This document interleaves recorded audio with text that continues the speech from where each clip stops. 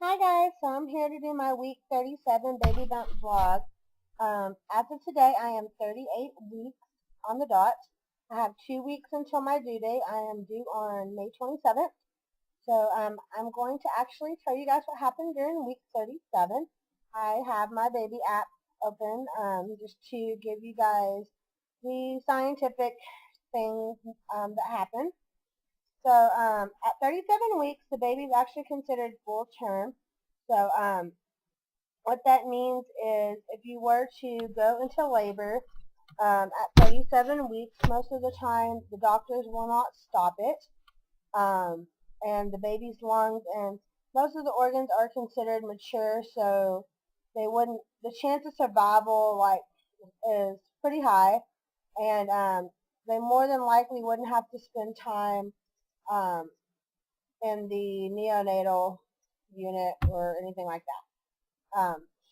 So let's see. Yeah, pretty much just says lungs are likely to be mature enough to fully adjust to life outside the womb. Pretty much what I just said. Um, see, at 37 weeks, baby weighs about 6 1/3 pounds. But like I said, I think Zoe is measuring bigger than that. I think she is at 34 weeks. She was 5 pounds 7 ounces. Um, So they gain about half a pound a week. So I think she is probably closer at 37 weeks, was a little over 7 pounds, um, and measures about 19 inches long from head to heel. It's about the size of a stalk of Swiss chard. Many babies have a full head of hair at birth. Um, Don't be surprised if baby's hair isn't the same color as yours. Dark-haired couples are sometimes thrown for a loop when their babies come out as blondes or redheads.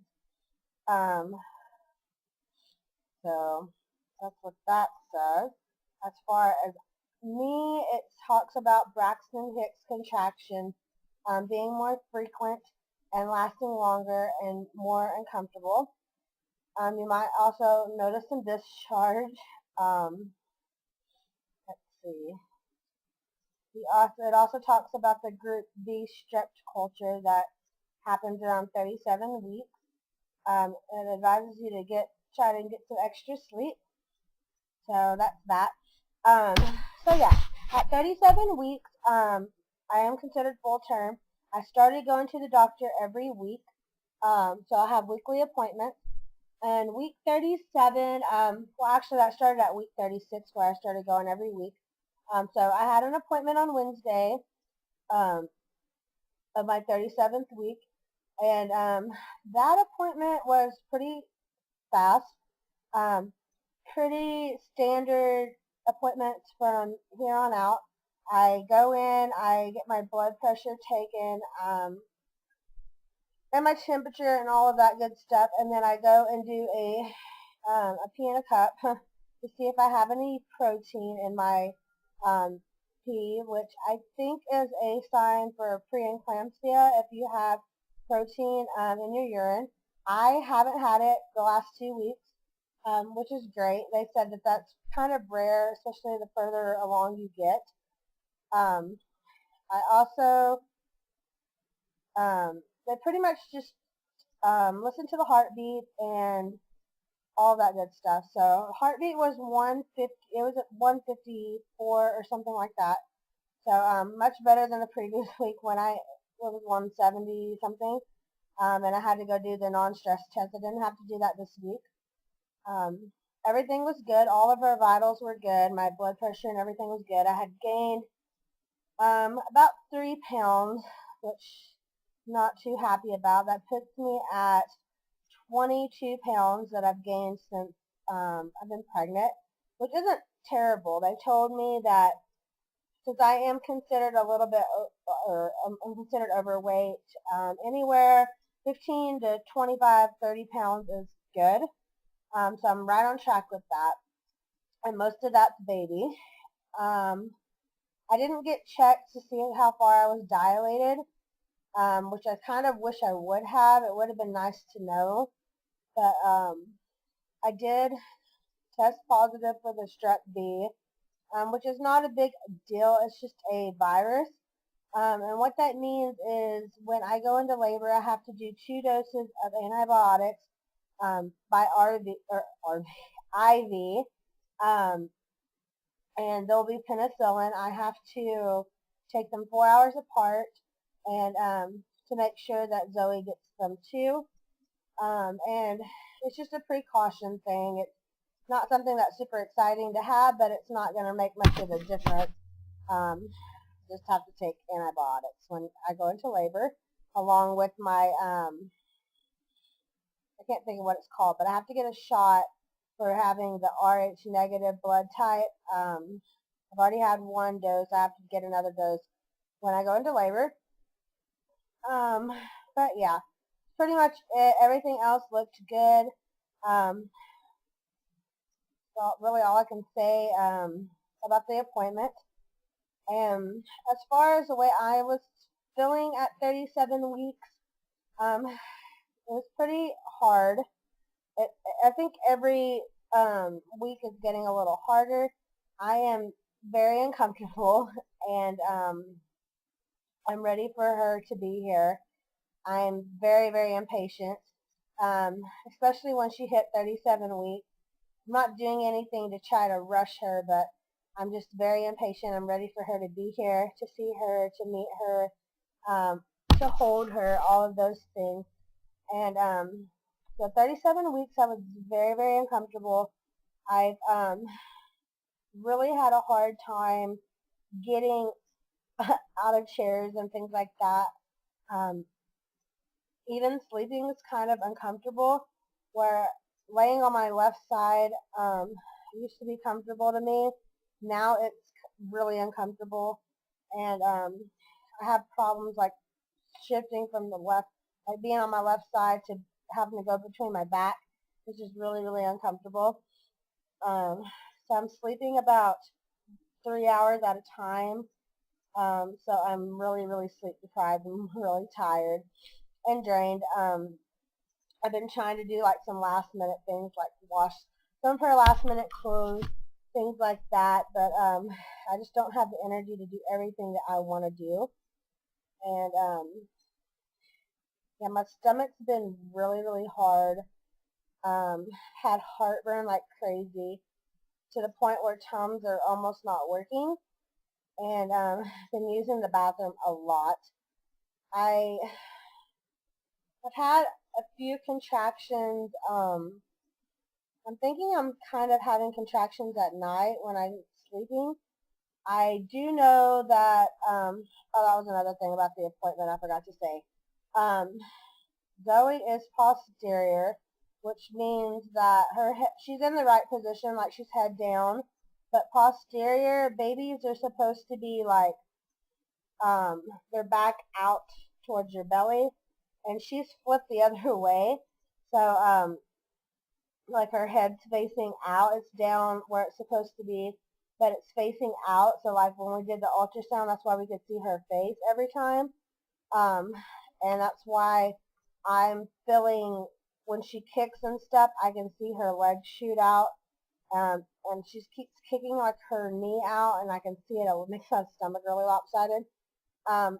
Which not like, it's not as bad as like having a breech baby. There are some things that they said that they can try to do if she decides not to turn from being posterior, but I'm supposed to do like some lunges and things like that, which is really, really hard. It's not comfortable. To try to see if she can turn on her own. But if she doesn't, they say some babies like they'll turn or whatever once I go into labor. Some babies don't, and those babies, they just have to use the forceps or the vacuum to help get the head out. So I'm not too like worried about it. It just means she might have like a little bit of like a cone-shaped head, like temporarily, which isn't fun, but it is what it is. And yeah, so that would explain a lot. I've had really bad back pain, and that's the reason why, is because she's posterior. Her back is to my back, and so I'm having a lot of back labor, and so that's where a lot of my contractions are, is in my lower back. I feel like she's kind of rotated a little bit because my back pain hasn't been as bad the last couple of days as it was early part of 37 weeks. But yeah, I have like some serious back pain, and so that kind of explains it. Because I'm having back labor, so I'm really hoping I can try to get her to turn. Because the back pain is like horrible. Um, I do feel like she's dropped this week. I don't know. I didn't feel like that until really the last couple of days. I felt like a beach ball. I feel huge, and I don't know. I just feel like she's sitting lower, and I've also noticed that she's not moving quite as much. I mean, she's moving. I'm getting my counts, but she's running out of room, so she's not like moving all day long. Um, so I really feel like I don't have much longer to go. I, I don't know. I felt kind of different the last couple of days. Um, take it like I need a nap. I've been just drained. I just feel different, and I have a lot of pressure down lower where I know her head is. So I know that like it's just a waiting game. Um, I mean, I really do think that it's going to be very, very soon. I'm kind of thinking it'll probably be next week sometime. At least I'm hoping. Because I am measuring 3 days early, which should put me at the 24th, which is next Saturday or next Friday.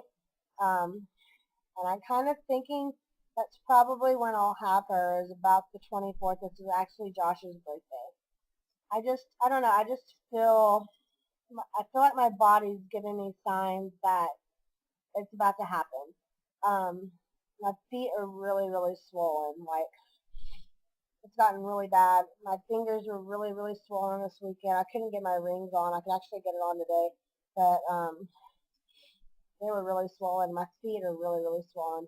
I'm actually still working, which is like a lot of people can't believe. But I'm just gonna work until I can work, and I don't know. So that's pretty much it. I'm just really uncomfortable, um, waddling everywhere, and just trying to take it easy. I actually did stay with my parents.